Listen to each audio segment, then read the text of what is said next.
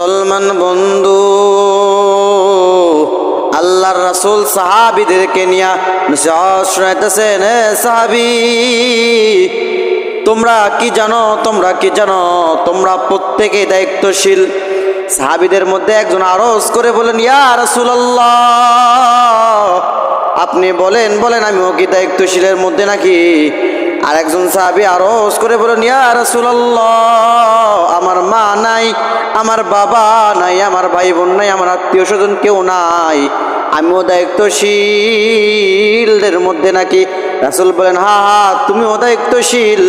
রাসূল বলেন, আল্লাহ পাক রব্বুল আলামিন তোমাকে আমাকে দায়িত্ব দিয়ে এই দুনিয়ার মধ্যে পাঠাইছেন।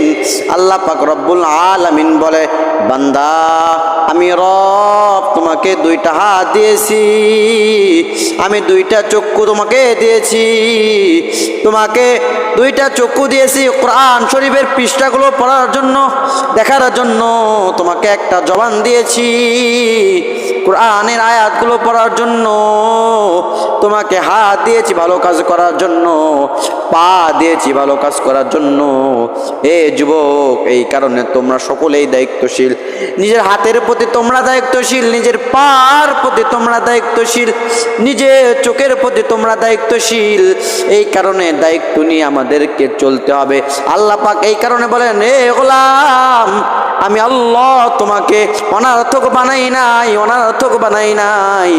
আল্লাহ পাক আয়াতের মধ্যে বলেন, আফা হাসিবাতুম আন্নামা খালাকনাকুম আবাসা, আমি আল্লাহ পাক তোমাকে অনার্থক বানাই নাই, আমি আল্লাহ পাক তোমাকে উদ্দেশ্য নিয়ে বানাইছি। এ গোলাম, তোমাকে আমি আল্লাহ উদ্দেশ্য নিয়ে বানাইছি। উদ্দেশ্যটা হলো কি? আল্লাহ পাক ভিন্ন আয়াতের মধ্যে আল্লাহ বলেন, ওমা খালাকতুল জিন্না ওয়াল ইনসা ইল্লা লিয়াবুদুন। আল্লাহ পাক রব্বুল আলামিন বলে, রে গোলাম, আমি আল্লাহ পাক রব্বুল আলামিন তোমাকে একটা উদ্দেশ্য নিয়ে বানাইছি। আমি রব জিন ও ইনসানকে বানাইছি কেবলমাত্র একমাত্র আমি রবের গোলামি করার জন্য, অন্য কারো গোলামি করার জন্য না। এ গোলাম, আমি রবের গোলামি না কইরা তুমি আজকে বান্দার গোলামি করো, তুমি আজকে নেতার গোলামি করো। মনে রাখবা কাল কিয়ামতের ময়দানে, হাসরের মাঠের মধ্যে আমি আল্লাহকে ডাকলে আল্লাহ পাইবা না। ওই জাহান্নামের কঠিন আযাবের ভিতরে আমি রবকে যদি ডাকো, আমি মালিক তোমার ডাকে সাড়া দিব না।